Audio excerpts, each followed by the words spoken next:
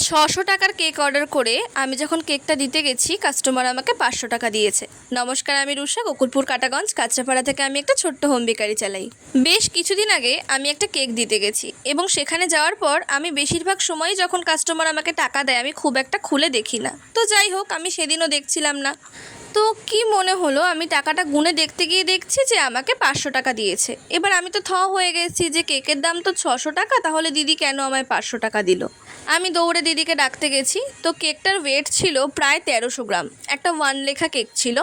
তো দিদি আমাকে বলছে যে আমি তো তোমাকে 2 পাউন্ড করতে বলিনি, আমি তোমাকে 1.5 পাউন্ড করতে বলেছিলাম, তুমি বলেছিলে ৫০০ টাকা পড়বে। তো দিদির সাথে আমার কলেই কথা হয়েছিল, আর যখন কথা হয়েছিল তখন আমি বেশ কিছু একটা কাজ করছিলাম। কিন্তু দিদি আমাকে অর্ডার কনফার্ম করার পর আমার এটুকু মনে আছে, আমি সাথে সাথেই আমি যার থেকে মাল নিই তার কাছে আমি একটা 3 পাউন্ডের বেস আর বক্স অর্ডার করেছিলাম, কারণ আমি জানতাম যেহেতু 1 লেখা কেক একটুখানি বেস বক্সটা বড়ই দিতে হবে। আর যখনই কেউ কিছু আমাকে অর্ডার করে আমি সেটা সাথে সাথে নোট ডাউন করে ফেলি আর বলি আগের দিন আমাকে অবশ্যই একবার কল করে দেবে যদি অ্যাডভান্স করা না থাকে। তো যাই হোক, দিদি প্রথমে 2 পাউন্ড কেকের কথাই বলেছিল এবং পরে 1.5 পাউন্ড কেকের দামও জিজ্ঞাসা করেছিল। হয়তো দিদির কোথাও কিছু ভুল হয়েছে, তবে এগুলো কিন্তু আমাদের সাথে মাঝে মাঝেই ঘটে।